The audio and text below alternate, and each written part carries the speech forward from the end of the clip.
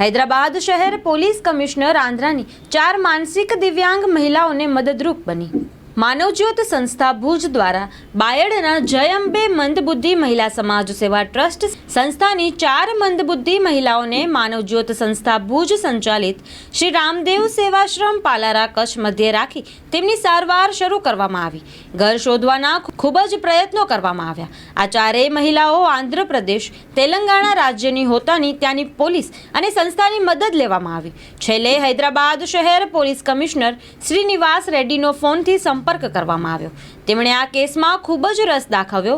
માત્ર એક જ ફોનથી સંપૂર્ણ વિગતો સમજી આ રાજ્યની 4 મહિલાઓને મદદરૂપ બનવાનું નક્કી કર્યું અને શહેરની મહિલા સુરક્ષા વિભાગ પાંખને આ 4 મહિલાઓને ભુજના આશ્રમમાંથી લઈ આવવાની જવાબદારી સોંપી। હૈદરાબાદની ટીમ કચ્છ ભુજ સુધી પહોંચી માનવજ્યોત સંસ્થામાંથી આ 4 મહિલાઓનો કબજો લીધો હતો।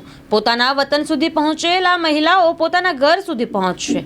હૈદરાબાદ પોલીસ કમિશનર કોઠા શ્રીનિવાસ રેડ્ડીએ જણાવ્યું હતું કે તેમના સંબંધીઓને શોધી કાઢશે અને વહેલી તકે તેઓ તેમના સ્થાને પહોંચશે।